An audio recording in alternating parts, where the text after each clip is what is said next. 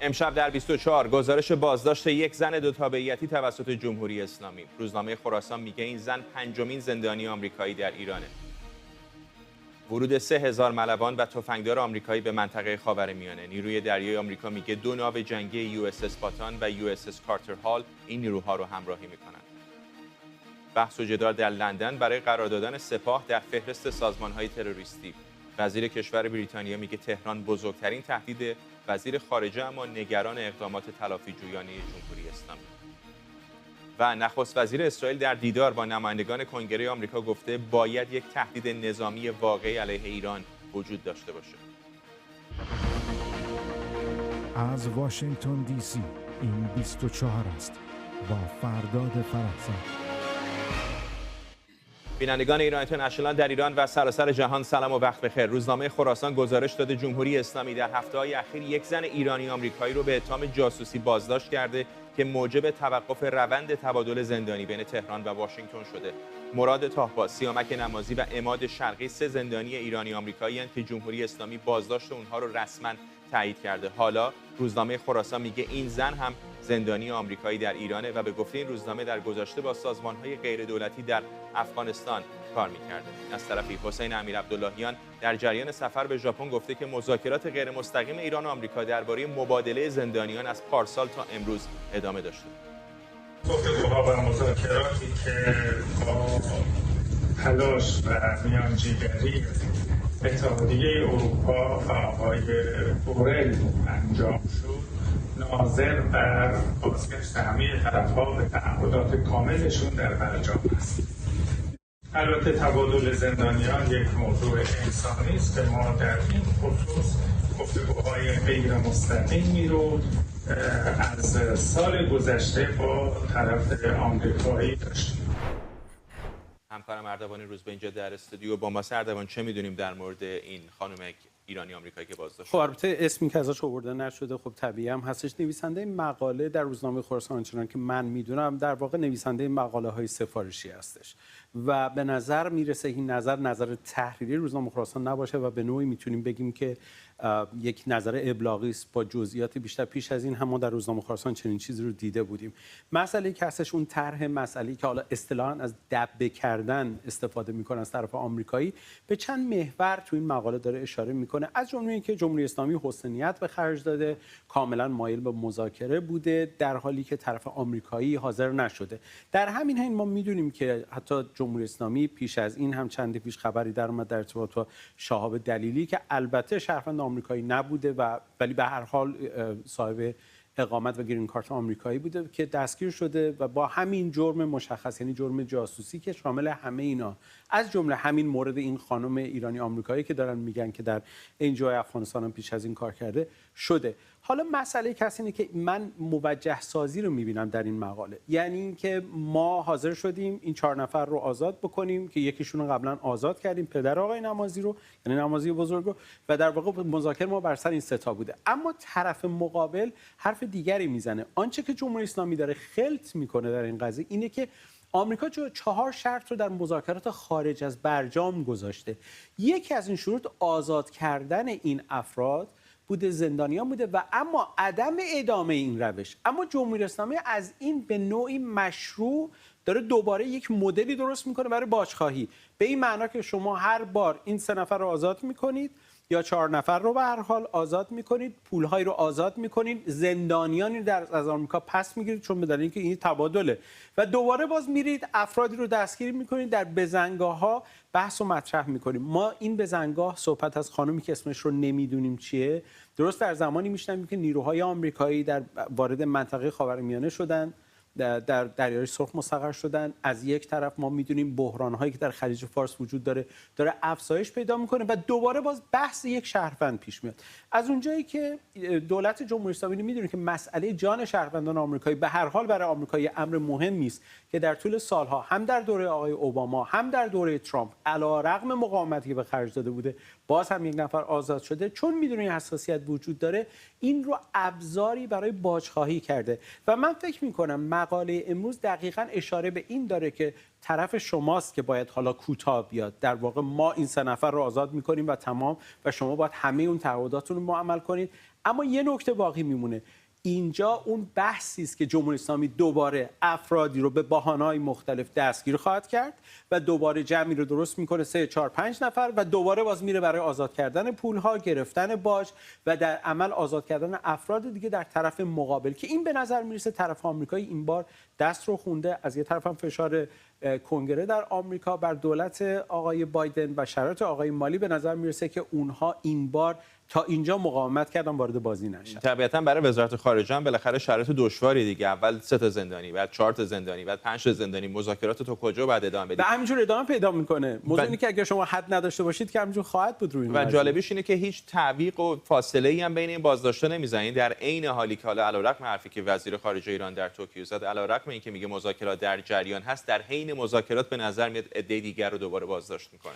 یک فکر می‌کنم نماینده مجلس بود، الان دقیق به خاطر ندارم، ولی چندی پیش صحبت جالبی کرد. گفت بحث لو رفتن ارتباطاتی که مستقیم رابرت مالی در ارتباط با حل مسئله ایران پیش گرفته و مسائل از این دست، چه بسا از ناحیه کاسبان تحریم و کسانی که به این وضعیت علاقه داشتن در داخل ایران ممکنه به بیرون درس کرده باشه. این نشون میده که آنچه که وجود داره و بحث که سالهاست در مورد ایران وجود داره، جمهوری اسلامی وجود داره، یک گروه در یک جا در حالی که دارن مذاکره میکنن، گروه دیگر کاری دارن انجام میدن، حالا به هر دلیلی، که دقیقاً نقطه مقابل اینه و ما سالهاست داریم میبینیم. ما مذاکره رو میبینیم، همین الان گرفتن کشتی‌های تجاری رو در خلیج فارس میبینیم.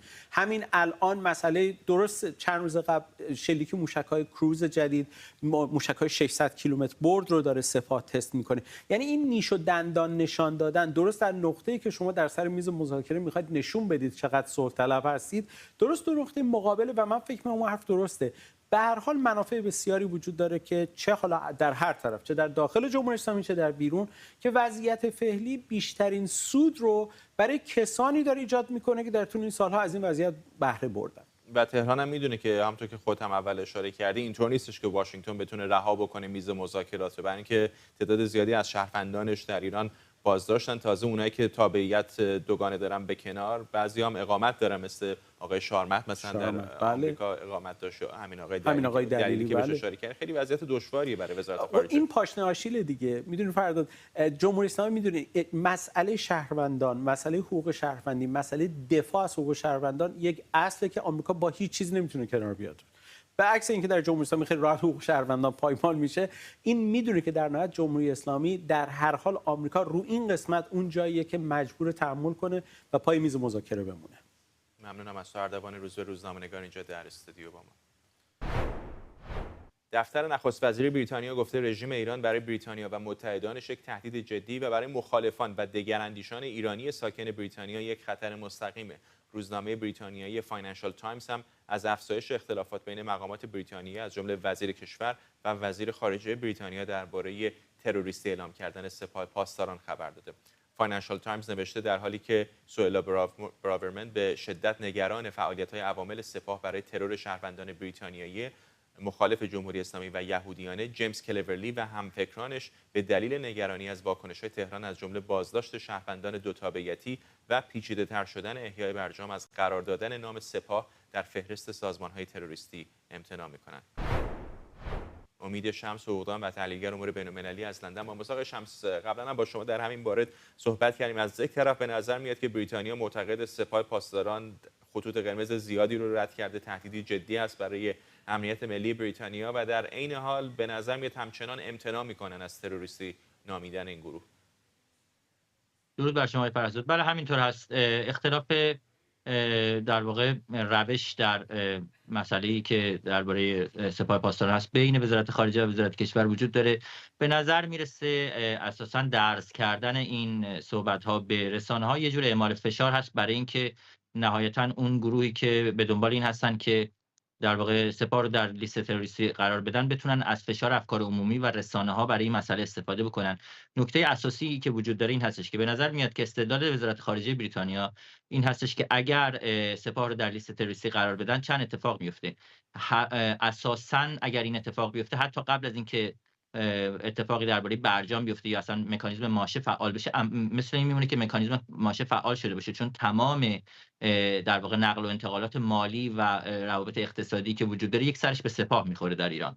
در نتیجه اصولا تقریبا میشه گفتش که قریب به اتفاق نقل و انتقالات مالی و روابط مالی با ایران تحت تاثیر قرار میگیره. نکته دوم این هستش که احساس میکنم که این در واقع شدیدترین نوع واکنش به رفتارهای جمهوری اسلامی هست، بنابراین میتونه یک واکنش شدیدتری در پیدا شه. اما مسئله این هستش که رفتار جمهوری اسلامی تا به این لحظه نشون داده که مماشات بریتانیا و هر کشور غربی با اون تنها به جری‌تر شدن جمهوری اسلامی و به خصوص سپاه پاسداران منجر میشه و قطعا اگر اتفاق امنیتی در بریتانیا بیفته اون وقت همه در واقع کابینه به ویژه وزارت کشور هست که زیر سوال میره. الان موقعیت دشواری هستی که خود MI6 گفته که تهدیدات جدی وجود داشته علیه دگراندیشان ایرانی در بریتانیا، علیه روزنامه‌نگاران ایرانی در بریتانیا. جای دوری نریم، خود تلویزیون ایران اینترنشنال مقرش در لندن مورد تهدید قرار گرفته. تا کجا به نظرتون این سیاست رو بریتانیا میتونه پیش ببره که خیلی خوب مدارا بکنیم، اعتماد بکنیم به سرویس‌های امنیتیمون، پیشگیری بکنیم از اقدامات تروریستی احتمالی، ولی یک حرکت جدی در مقابل جمهوری اسلامی انجام ندیم؟ من فکر می‌کنم این بستگی داره به فشار افکار عمومی، به فشار رسانه‌ها و اون در واقع نیروها و بازیگرانی که در هر دو حزب فعال هستند و میتونن نظر رهبران ارشد در واقع حزب حاکم رو تغییر بدن. به این واسطه که آنچه که تاکنون پیشرفته، ببینید در هولوش 2018 فکر می‌کنم اگر اشتباه نکنم اواخر 2018 کمیته روابط خارجی و حقوق بشر پارلمان بریتانیا یک گزارش رو منتشر کرد درباره اینکه در واقع رفاه بدون عدالت ممکن نیست و اون موقع از بریتانیا از دولت خواسته بود که سپاه پاسداران در لیست تروریستی قرار بده. این اتفاق نیفتاد. تا الان مقاومت کرده دولت و هنوز وارد این مسئله نشده. اما نکته‌ای که وجود داره در این شرایط این هستش که در واقع این تهدید امنیتی فقط نسبت به شهروندان نیست، بلکه روابط سپاه پاسداران نیروی قدس با باندهای تبهکار، شما می‌دونید این روش جدید سپاه پاسداران برای ایجاد حملات تروریستی در کشور غربی هست. اصلا ایجاد این روابط و تحکیم این روابط خودش منجر به یک تهدید امنیتی بسیار بسیار بزرگتری برای بریتانیا خواهد شد.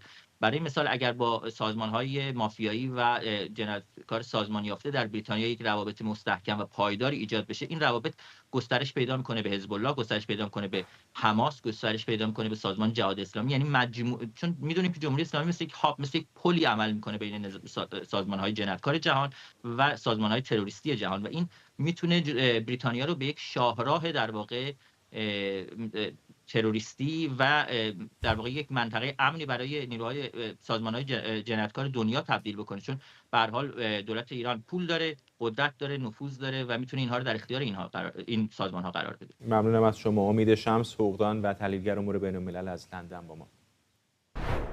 اجازه بدید برگردیم دوباره به خبر اول برنامه. مجله تایم هم در مقاله تحلیلی نوشته یک ماه بعد از گزارش‌ها درباره نزدیک شدن ایران و آمریکا به یک تفاهم غیر رسمی، هیچ مذاکره دیگری بین دو طرف انجام نشده. به گفته تایم، توافق تبادل زندانی بین تهران و واشنگتن که قرار بود انجام بشه به بنبست خورده و روابط دو طرف در هفته‌های اخیر بدتر هم شده. با این حال تایم میگه در یک مورد باید محتاطانه خوشبین بود و اون اینکه بعد از هشدار آمریکا، ایران در اصول موافقت کرده که از ذخیره اورانیوم 60% غنی شده خودداری کنه. علیرضا نامور حقیقی، تحلیلگر سیاسی از تورنتو همراه ماست. آقای نامور حقیقی، به نظر میاد که مذاکرات چه در مورد زندانی‌ها چه در مورد برنامه هسته ایران به چیزی شبیه به بنبست خورده، اگر بنبست کامل نباشه، اما در این حال به نظر جمهوری اسلامی قصد خودکشی هم نداره، بنابراین از این 60% غنیسازی هم بالاتر نمیخواد بره. بله، با سلام شما خدمت بینندگان. بعد اما تبادل زندانیان همونجور که قبلا گفتید شما، اون یک نفر ایران تقاضای آزادی یک نفر رو کرده بوده که به هر حال بیش از 10 سال در زندان بوده، باز هم به همین میزان زندانی داشته و آمریکا توافق نکرده که اینو آزاد کنن و در ازاش ایران خب ظاهرا کسی رو دستگیر میکنه، همون 2 موسم قبل. و خب یه خانمی بوده که ظاهرا قبلا حالا یه جوری کار میکرده در دولت، ولی کار خاصی، یعنی کار عادی بوده یا حالا کار به هر حال اون چیزی که هست یه جوری ربط داشته ولی بازنشسته شده بوده. ایران در ازای این میخواد که اون نفر 4م هم آمریکایی آزاد کنن. اونا خب به هر حال کلا مذاکرات آمریکا رو یا قطع میکنن و ادامه نمیدن. البته در عمان مذاکرات دوباره ادامه پیدا کرده. عمانی‌ها خیلی تلاش میکنن که برگردونن دوباره، ولی به هر حال هنوز در این مورد توافقی صورت نگرفته. به هر حال شانس تبادل زندانیان چون در سری قبل نهایی شده بود، همه چیز آماده بود، امکانش بیشتره. در مورد هسته همونجور که گفتید، فقط تنها امکانی که داره اینی که فعلا اینی که فریز تو فریز کنن، اونم که ایران غنیسازی 60% رو دیگه بیش از این انباشت نکنه. انجام میده ولی انباشت نمیکنه. اونا هم اجازه میدن که ایران به هر حال نفتش رو بیشتر از قبل بفروشه. ممکنه حالا اگر در مورد آژانس هم توافقات صورت بگیره، ممکنه بخشی از پول ایران هم با مانیتورینگ شده آزاد کنه. شاخص اینه که ما ببینیم واقعا توافق صورت گرفت یا نه، نحوه تعامل آژانس هست با موضوع ایران. اگر آژانس برخورد جدی نکنه یا هشدار نده یا تقاضای قطعنامه نکنه یا گزارش که میده تون نباشه، معنی این که ایران با آژانس تعامل کرده، دوربینا رو روشن کرده و غنیسازی 60% رو هم دیگه انباشتش رو اضافه نمیکنه. دو تا اتفاق جدید آقای نامور، حقیقی بخش حرفتون رو قطع کردم، فکرم تمام شد. دو تا اتفاق جدید داره میفته. یکی اینکه آمریکایی‌ها گفتن نیروهای نظامیشون رو حاضرن روی کشتی‌های تجاری در خلیج فارس بذارن برای امنیت دریانوردی. از طرف دیگه می‌بینیم نزدیک 3000 تفنگدار آمریکایی ملوان‌ها در دریای سرخ راهی شدن. چقدر فکر می‌کنید اینها ممکنه نشانه این باشه که ایالات متحده از سیاست هویج آرام آرام داره به سمت چماق میره؟ سیاست آمریکا اینه که مدیریت تنش کنه و ممکنه پیش بینیشون این باشه بخشایی از بلوک قدرت ایران مثلا نظامی فکر کنن مثلا در 6 ماه آخر مانده به انتخابات ریاست جمهوری آمریکا، مثلا فرض کنیم از نوامبر، مثلا فرض کنیم از جون سال دیگه یا اپریل سال دیگه، ایرانی‌ها مثلا فکر کنن میتونن بازی با ریسک بالا مرتکب انجام بدن و خب وقت آمریکا دستش بسته است با توجه به انتخابات پاسخی متناسب با اون نده. بنابراین آمریکا از الان دنبال مدیریت تنشه که نشان دهنده این نباشه که در مورد ایران ضعف نشون داده. این 3 تا کاربرد داره. یکی که به دولت‌های عربی داره نشون میده که ما همچنان مستحکم هستیم در منطقه. دوم اینه که اسرائیل، جناح‌های تندرو در اسرائیل رو آروم کنه که اقدامات عملیاتی علیه ایران انجام ندن، چون اون میتونه کلا نقشه بازی رو تغییر بده. سوم هم که در مقابل جمهوری‌خواه در فضای انتخاباتی و چیزی که ترامپ میگه و هواداراش این نباشه که دولت داره به ایران باج میده. بنابراین برای این 3 تا موضوع حضور هوشمند و کنترل شده میخواد در خلیج فارس باشه. آمریکایی‌ها دنبال درگیری نیستن، ایران هم بعید میدونم بخواد دنبال درگیری باشه، ولی به هر حال آمریکا ملاحظه داره که هم در حوزه هسته‌ای هم در حوزه امنیت منطقه خلیج فارس پیام‌های غلطی داده نشه که اون موقع جناح‌های تندرو بخوان در ایران استفاده کنند. ممنونم از شما علیرضا نامور حقیقی، تحلیلگر سیاسی از تورنتو. همونطور که اشاره کردم نیروی دریایی آمریکا میگه بیش از 3000 ملوان و تفنگدار سوار بر 2 ناو جنگی این کشور وارد منطقه خاورمیانه شدند. ناوگان پنجم نیروی دریایی آمریکا با نشر تصاویری گفته کشتی USS باتان و USS کارتر هال روز یکشنبه با عبور از کانال سوئز وارد دریای سرخ شدند. این خبر در حالیه که 2 هفته پیش آمریکا از رسیدن جنگنده‌های F-36 به منطقه خبر داده بود و هفته پیش هم رسانه‌ها گزارش دادند پنتاگون در حال ارزیابی طرحی که اگر تایید بشه آمریکا برای مقابله با توقیف کشتی‌ها توسط ایران نیروهای مسلحش رو بر عرشه کشتی‌های تجاری مستقر می‌کنه. شاهین سمیعی کارشناس امور بین‌المللی اینجا در استودیو با ما. آقای سمیعی اجازه بدید همین سوال رو از شما بپرسم. به نظرتون یک تغییر رویکرد عمده داریم می‌بینیم که از سمت هویج دارن میرن به سمت چماق که ایران رو تهدید بکنن؟ با درود به شما و مردم عزیز ایران، کاملا این گونه هست. برای اینکه دولت‌های امریکا حالا متاسفانه یا خوشبختانه از همدیگه درس نمیگیرن. درسی که باید بگیرن این هست که جمهوری اسلامی همیشه در مقابل فشار و قدرت نمایی عقب نشینی کرده. در کمبود اون دولت جمهوری اسلامی سعی کرده، حکومت جمهوری اسلامی سعی کرده که زورآزمایی بکنه. در حال حاضر این چیزی که دولت امریکا انجام داره میده که یک، همونجوری که جناب عالی اشاره فرمودید، که نیروهای امریکایی رو بر کشتی‌های تجاری مستقر بکنه که از منطقه به سلامت بتونن عبور بکنن، این از یک طرف. از طرف دیگه حضور بیش از پیش 3000 نیرو در اون منطقه نشانگر این هست که امریکا یه مقداری هم به گله‌گذاری‌های امارات متحده عربی و بحرین گردن گذاشته و میخواد اونها رو هم در طیف خودش نگه داره. فکر میکنید سپاه رو آچمز میکنه چنین اقداماتی واقعا؟ 100%. برای اینکه ببینید سپاه همونجوری که عرض کردم میخواد با زورآزمایی و میخواد با زورگویی کار رو از پیش ببره، ولی وقتی که میبینه توانمندی مقابله با امریکا رو و نیروهای سهمگین امریکا رو نداره، مسلماً عقب نشینی خواهند کرد.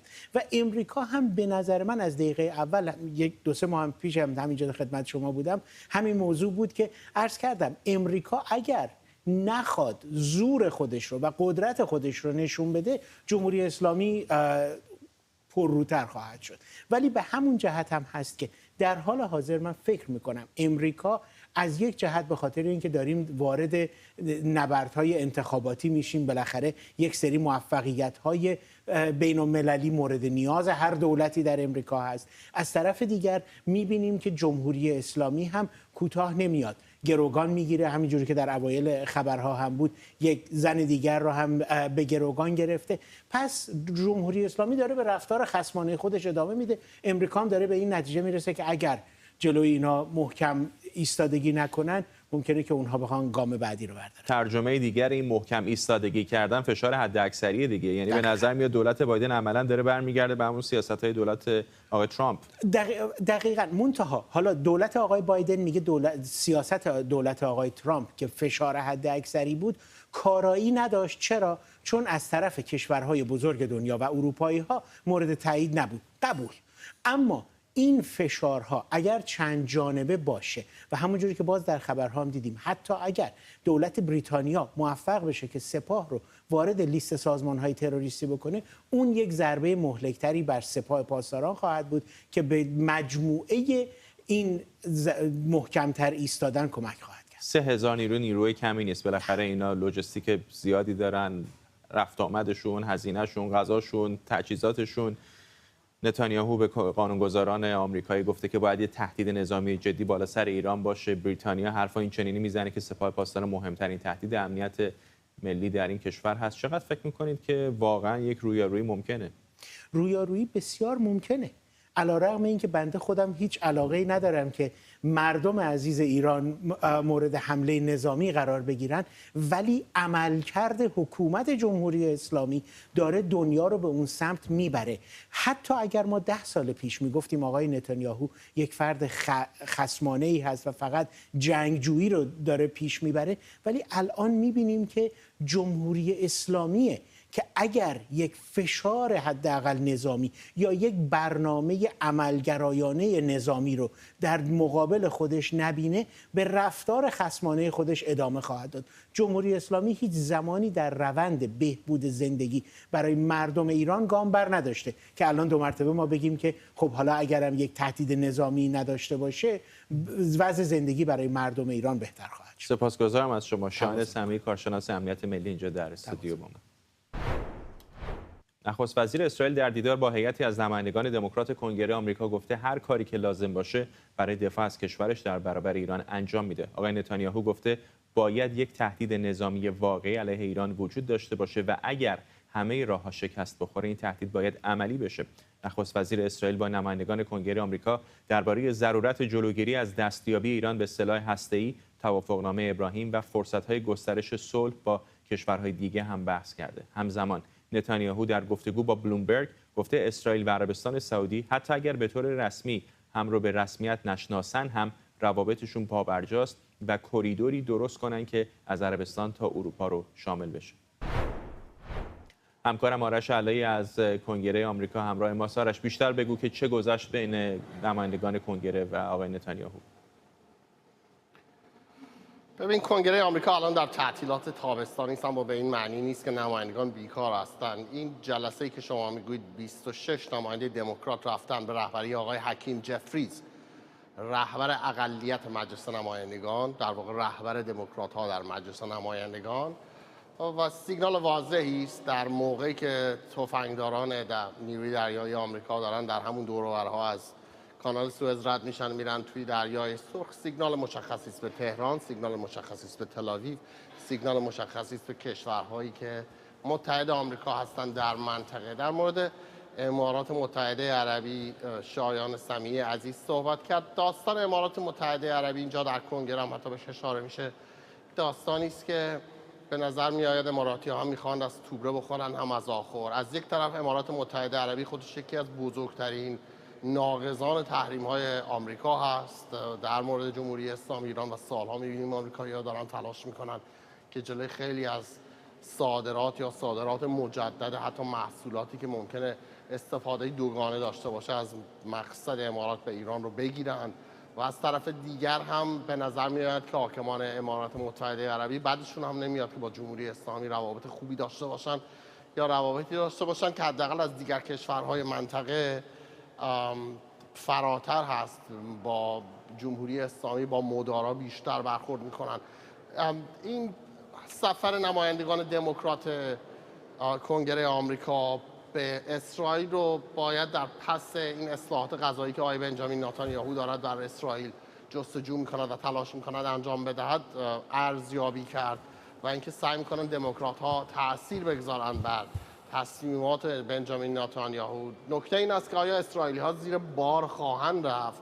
یعنی آیا بنجامین نتانیاهویی که الان داره در کشور خودش با تظاهرات های گسترده روبرو میشه، آیا الان سعی میکنه که با دموکرات ها مصالحه بکنه یا سر ناسازگاری با آنها ورداره؟ و الان هم میبینیم که اسرائیلی ها حداقل طرفداران آقای بنجامین نتانیاهو به شدت نسبت به این ایده که دموکرات ها میخواهند در مسائل سیستم قضایی کشور خودشون در کشور اسرائیل بخوان دخالت کنن واکنش نشان میدن. از جمله آقای ران درمر سفیر سابق اسرائیل و وزیر امور استراتژیک دولت بنجامین نتانیاهو امروز به فاکس نیوز گفت اینکه الان در خود آمریکا رئیس جمهور پیشین آمریکا میگوید انتخابات رو قبول ندارد نتیجهش رو، اینکه خود دموکرات ها متهم میکنند دیوان عالی این کشور رو به سیاسی کاری، اینکه همه دعواهای سیاسی در آمریکا هست که دموکراسی رو خودشون میگن، خود آمریکایی ها میگویند تحت تاثیر قرار میدهد و به خطر میندازد اعتبار این کشور رو میآورد پایین برای اینکه بخواهند بیان در مسائل سیاسی کشور دیگری مثل اسرائیل دخالت کنند. و در همین گفتگوها آقای نتانیاهو خیلی علاقه و هیجانش رو برای عادی‌سازی روابط با عربستان مخفی نمی‌کنه.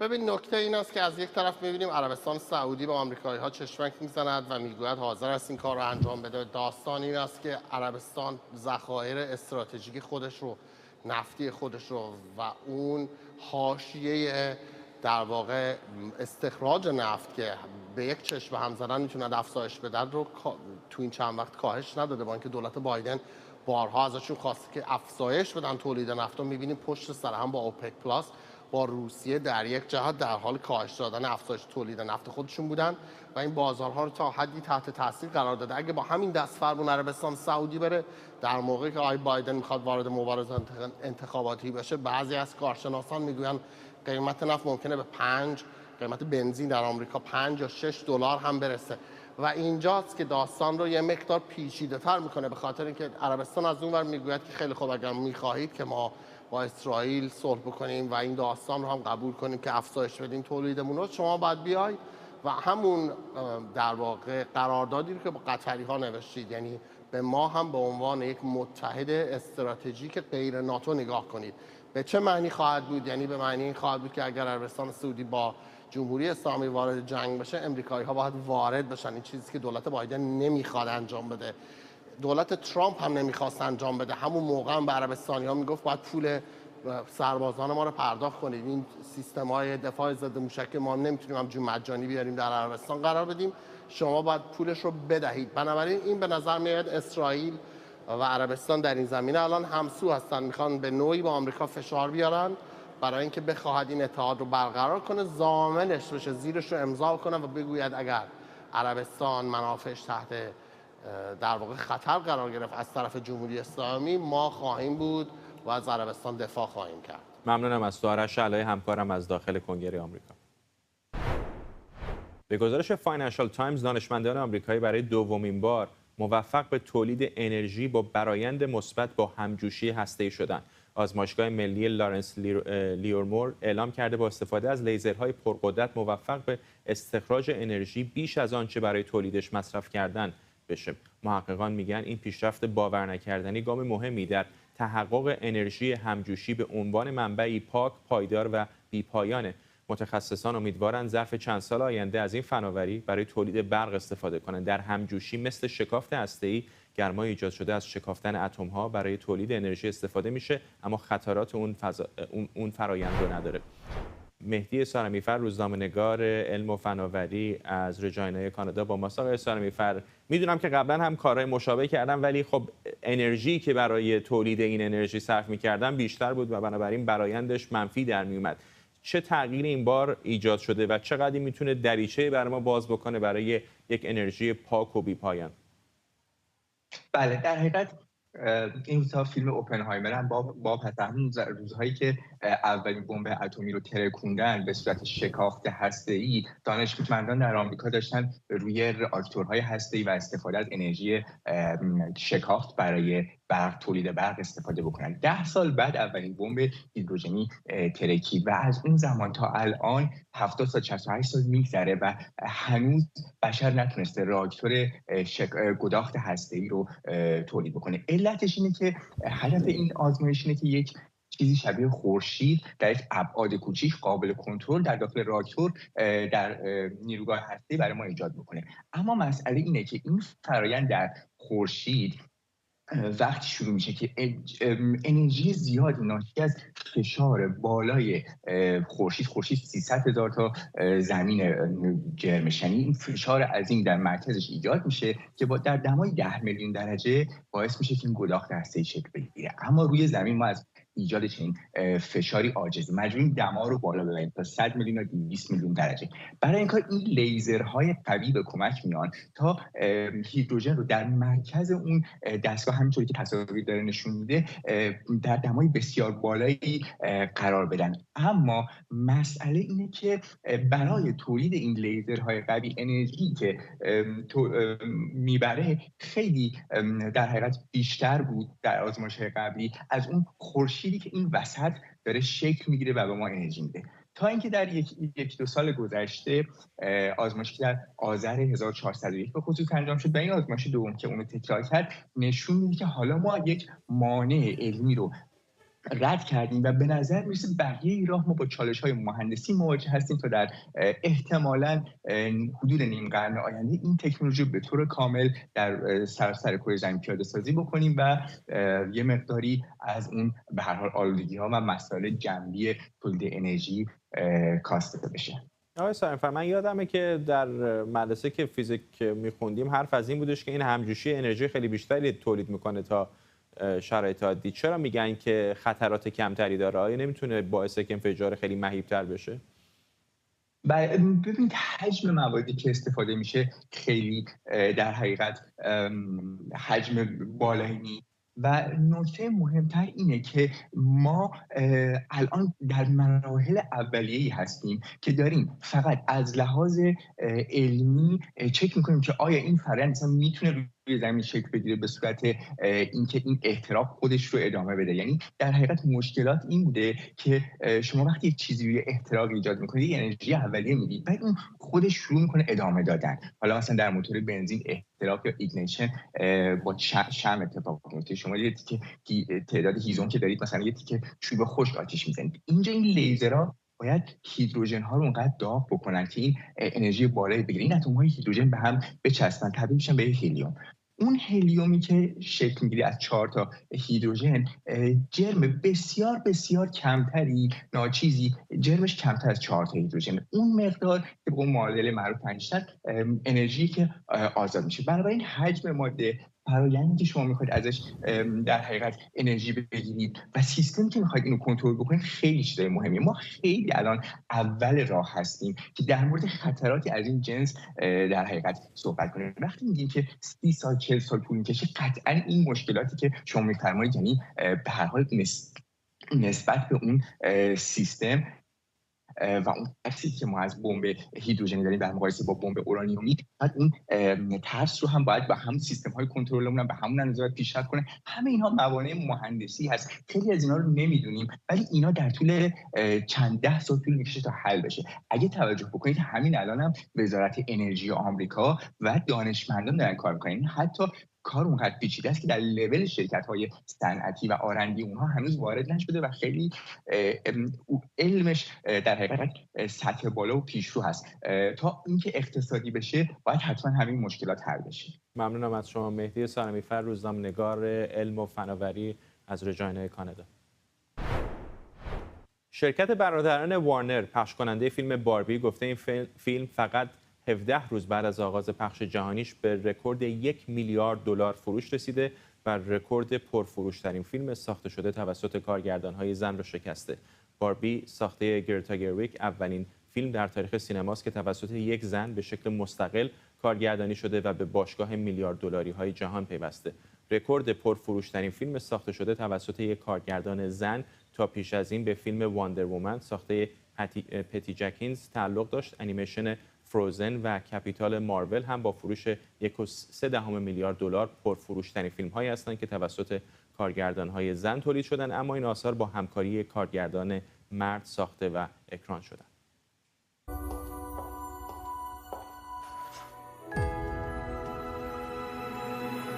Hey Barbie, can I come to your house tonight? Sure.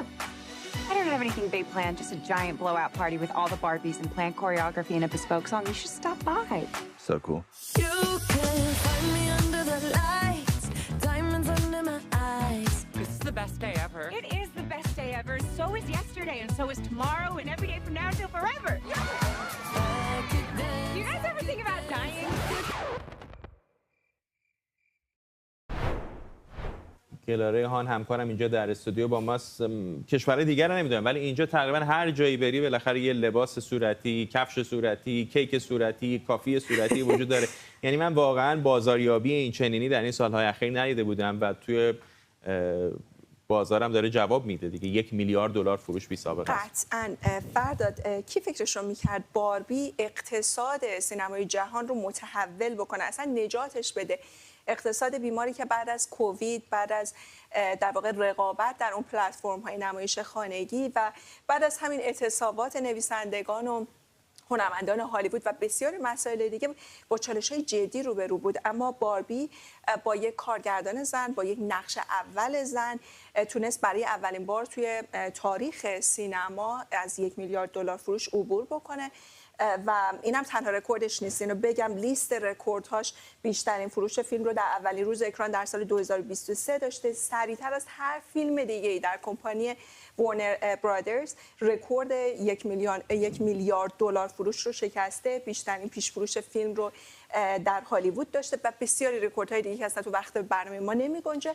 اما یکم از خود باربی بگم، دلم نمیاد نگم. خب میدونیم که مارگو رابی و رایان گازلینگ که خیلی پرطرفدار هستن توی ستاره های این فیلم هستن.